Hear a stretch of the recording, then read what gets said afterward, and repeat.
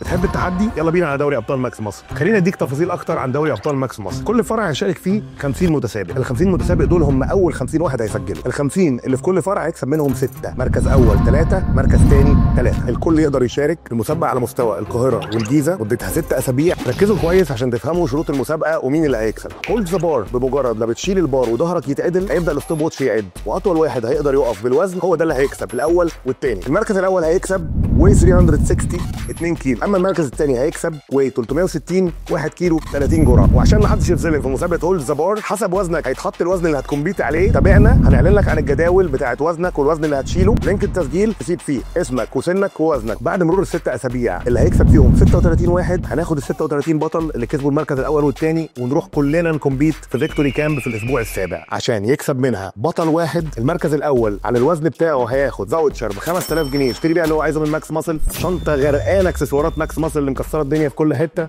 واخيرا هياخد كاس البطوله بتاع الدوري ابطال ماكس ماسل. خلي بالك، اللي هيشارك في فرع ما ينفعش يشارك في فرع تاني، هي مره واحده تسجل بياناتك الصحيحه عشان هنراجع البطايق، وكل اتنين في فرع شكل. تابعنا عشان تعرف من 6 ل 9 الكومبيتيشن بتاعه هولد ذا بار في دوري ابطال ماكس ماسل.